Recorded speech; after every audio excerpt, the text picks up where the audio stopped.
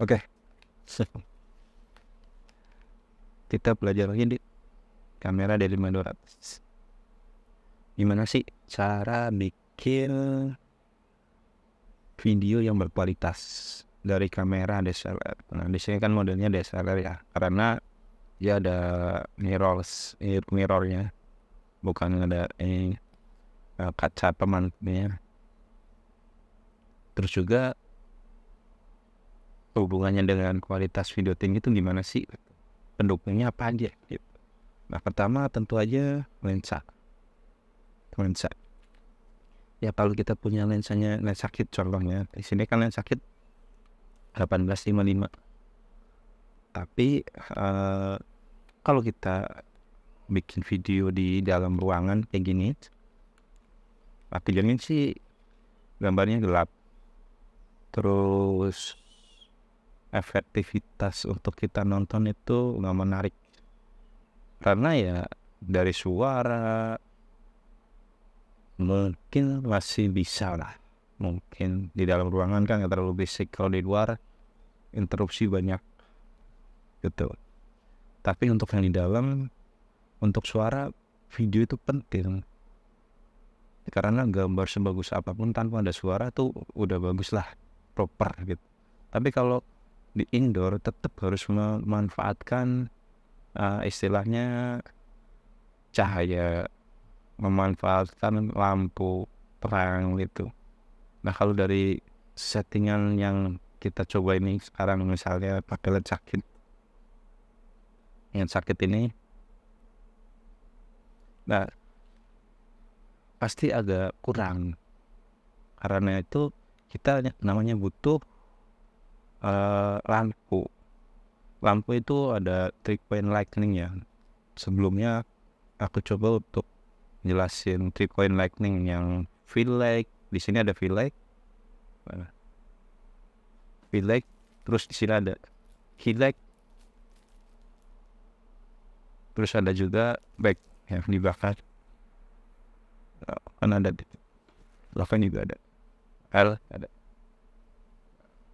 Jadi pertama fill light, cahaya utama, terus highlight untuk ngehilangin bayangan yang di belakang. Nah sebenarnya kalau aku di belakang sini bayangannya kelihatan, makanya aku nyoba untuk maju biar bayangannya nggak terlalu kelihatan, nggak ketara. Nah, contoh nih, kita hilangin dulu fill light. Nah kurang lebih seperti itu. Horor kan? Nah, ya. Terus kita coba hilangin king light. Nah jadinya kayak gini. Terus yang di belakang namanya backlight. Nah ini enakan yang mana? Ada key lightnya atau nggak ada? Ya bagi aku sih enak aja sih ini. Cuman biar lebih terang berdimensi ya kita butuh key light. Kebalik sih. Harusnya ini key light, ini fill light, pengisi ya. Nah terus yang di belakang kan ini tambahan ya, namanya backlight. Ada juga depan sini particle light. Di sini nih ada nih. Misal aku matiin, kelihatan nih. Ini di sini kan lumayan tersamakan ya bayangan-bayangan. Kalau aku matiin, nah hilang kan. Nah kalau dinyalain, oke, jadi buat nambahin muka aku yang tadinya flat biru atau agak keputihan gitu, agak ke warna putih, aku tambahin practical light yang di depan. Nah sedikit lebih ya kuning dikit lah. Oke, kurang lebih seperti itu. Jadi dengan kamera yang ya standar zoom atau kamera handphone pun kalian akan menarik kalau kalian ada tambahan namanya lampu itu, atau yang namanya lighting gitu, agak lupa jadinya. Ya di video sebelumnya aku coba jelasin V-lag yang kayak gimana, key-lag yang gimana, backlight gimana, dan ada particle lag. Nah, kurang lebih yang aku bahas itu bisa lah kita proper lah buat video ya, khususnya kalian yang belajar rekam yang di tempat indoor yang cahayanya minim. Ya untuk lampu-lampu ya macam-macam, bisa pakai yang softbox yang gede yang 60 cm atau 120 cm dikasih modifier, atau lampu-lampu kecil lah kayak gini nih. Ini yang di bawah ini pakainya kayak gini. Aku aja taruh. Alhamdulillah. Itu. Terus yang sebelah sini juga sama, hampir sama kayak gini. Cuman aku kasih yang warna putih. Terus juga biar dia agak terang dan agak warnanya netral, ya aku pakai yang white balance-nya Kelvin ya, biar dia lebih ketata aja sih. Terus yang di sini key lag-nya lebih ke 80%. Aku kasih sombong sedikit yang bulat. Nah kurang lebih sih itu aja sih. Jadi kalau kalian pakai handphone atau pakai kamera DSLR, lansanya udah bagus, tapi kalian rekamannya di outdoor, kalian tetap butuh yang namanya lampu. Nah itu fokus pertama kan tadi lensa, kedua lampu, yang ketiga settingan. Nah, settingan di dalam kan settingannya ada banyak nih. Pertama dari shutter speed 1/, gitu. Di sini kan ada tuh 1/. Nah, kalau untuk bikin video, contohnya kita mau bikin yang 24 fps, berarti kita dikalikan 2. Makanya shutter speednya dari 24 fps misalnya jadinya 1/50. Atau ya kalau agak flicker atau kedip-kedip gitu ya kita kasih ke 160. Terus juga aperture itu kalau di indoor itu udah enak di sekitaran 2.0 sampai bisa 7 lah, 7 atau 5.0, tergantung ketajaman masing-masing kamera. Ya sebenarnya sih di 5.6 itu udah sweet spot biasanya. Sweet spot lensa juga beda-beda ya biasanya, tapi ya omong di sweet spot itu di kisaran 4 atau 5.6. Ada yang 7.1 dan ada yang f8 bahkan f11. Nah di lensa yang murah atau yang natif atau yang third party itu beda-beda. Jadi ya harus explore, cari tahu yang bikin tajam itu di aperture berapa. Nah aperture itu apa sih? Nah nanti kita coba bahas dikit-dikit. Tapi di sini aku jelasinnya bukaan lensa itu tergantung besar kecilnya. Misalnya kita pakai aperture tadi yang 5.0, berarti dia akan agak segini nih, misalnya sekilo. Nah segilo. Nah kalau misalnya kita pakai yang 1.7 mungkin lebih gede, segini. Tapi kalau kita pakainya yang 2.0 mungkin segini gitu. Jadi semakin angkanya tinggi, bukaannya makin kecil. Tapi kalau angkanya makin kecil, bukaannya makin gede gitu. Jadi menangkap cahaya lebih banyak. Itu tuh aperture. Nah terus yang selanjutnya ISO atau ISO. ISO itu untuk cahaya di videonya. Nah semisal untuk di indoor umumnya sih bisa sampai 800 atau 1000. Tapi kalau untuk di outdoor ya paling minim ya 100 atau 200 lah gitu, karena udah ada cahaya matahari. Tapi kalau mendung atau udah agak malam di outdoor juga tetap butuh ISO yang tinggi. ISO itu apa? Kalau shutter speed itu tadi untuk istilahnya kecepatan objeknya. Objek yang ibaratnya sesuai dengan mata manusia itu ya sesuai dengan frame rate-nya. ya 24 dikali 2 berarti 1/60 atau 1/50.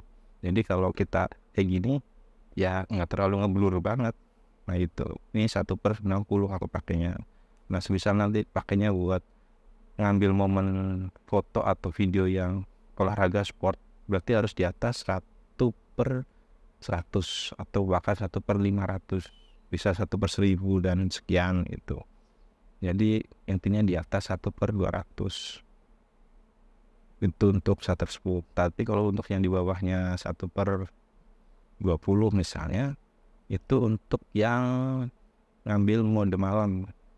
Jadi yang kurang cahaya bisa pakai shutter speed itu ditanggulanginya. Tapi karena tadi aku bilang kita masih ada kunci yaitu lampu atau lightning, jadi shutter speednya dibikin normal aja, nggak usah perlu harus mengorbankan shutter speed. Nah setelah itu aperture tadi, besar kecilnya cahaya yang masuk ke lensa atau kamera. Terus yang ketiga ISO itu cahaya yang kita setting di kamera. Contoh kalau tadi di luar ruangan ada matahari, ya udah kita setting ISO-nya 100 atau 200. Tapi karena di indoor umumnya ya minim 400, karena yang istilahnya pakai yang namanya low profile biasanya paling minimal itu 400 untuk ISO-nya. Itu base ISO lah, standar ISO-nya gitu.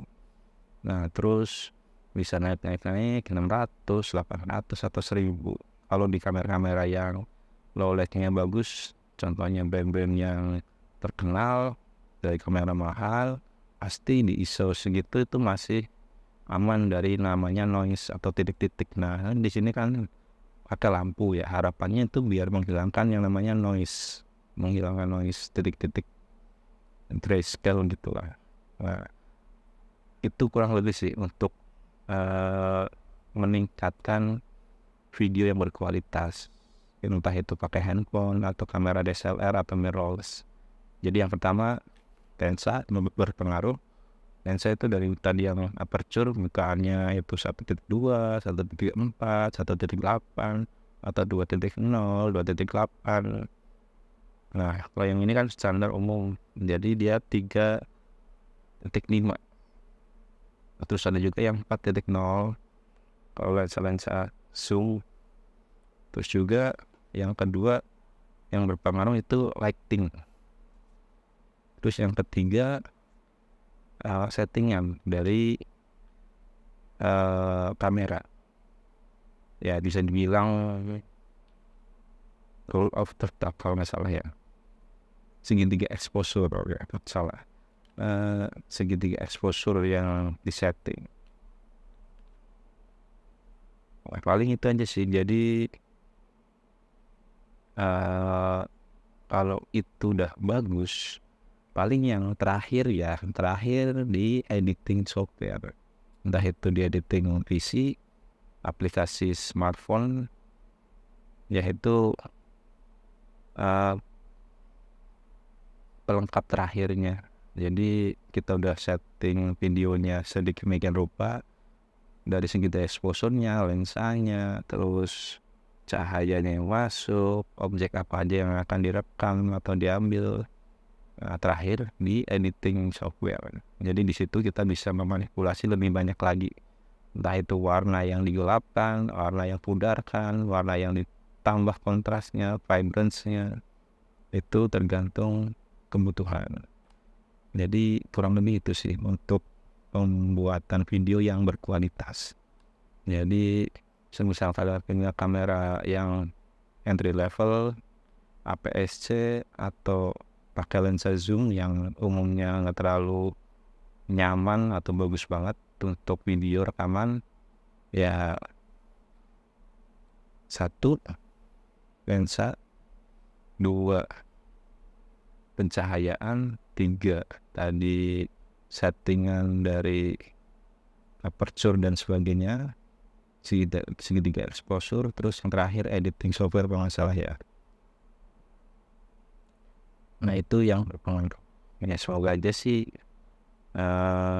selain itu masih ada lagi ya, kalau ada salah-salah mungkin bisa ditambahkan di kolom komentar atau saran-saran gitu. Mungkin ada tambahan yang khusus gitu untuk video yang berkualitas. Ya minimal itu aja sih kalau untuk pembuatan video. Yang paling penting juga audionya juga tetap harus diperhatikan. Kita harus punya namanya mikrofon. Nah ini contoh mikrofon yang pakai kabel nanti digabungin ke kamera. Terus ada juga yang pakai handphone, misalnya pakai handphone terus nanti direkam kayak gini atau sejenis. Ada yang pakai shotgun dari atas kepala juga bisa.